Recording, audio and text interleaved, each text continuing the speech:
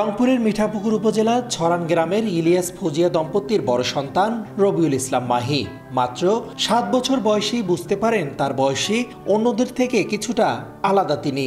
এরপর নিজের মতো মানুষদের খুঁজতে গিয়ে চলে যান পার্শ্ববর্তী উপজেলা পীরগঞ্জের খালাসপীর হাটে।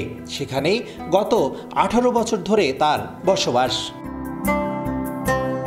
সমাজের কটু কথা আর কুসংস্কার বেড়াজাল ভেঙে তৃতীয় লিঙ্গের মাহি এখন উচ্চশিক্ষার পথে। সব বাধা ডিঙিয়ে পড়ছেন মাস্টার্সে ইসলামী স্টাডিজ বিভাগে।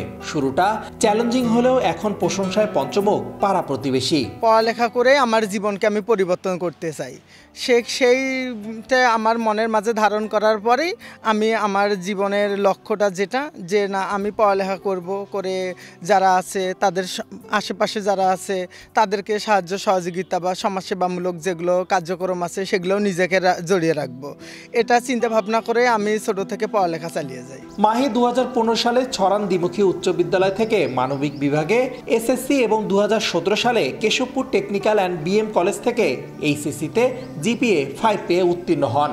এরপর ২০২০ সালে খালাসপীর ডিগ্রি কলেজ থেকে বিএসএস ডিগ্রি অর্জন করেন। বর্তমানে তিনি উত্তরের ঐতিহ্যবাহী বিদ্যাপীঠ রংপুর কারমাইকেল কলেজের ইসলামিক স্টাডিজ বিভাগে এমএ প্রথম বর্ষে অধ্যয়নরত। তৃতীয় লিঙ্গের শিক্ষার্থীর এমন অদম্য প্রতিভা আর পড়াশোনার পিপাসায় মুগ্ধ কলেজের বিভাগীয় প্রধান। তাদের নৈতিক শিক্ষাটা আমি মনে করি দরকার, খুবই দরকার।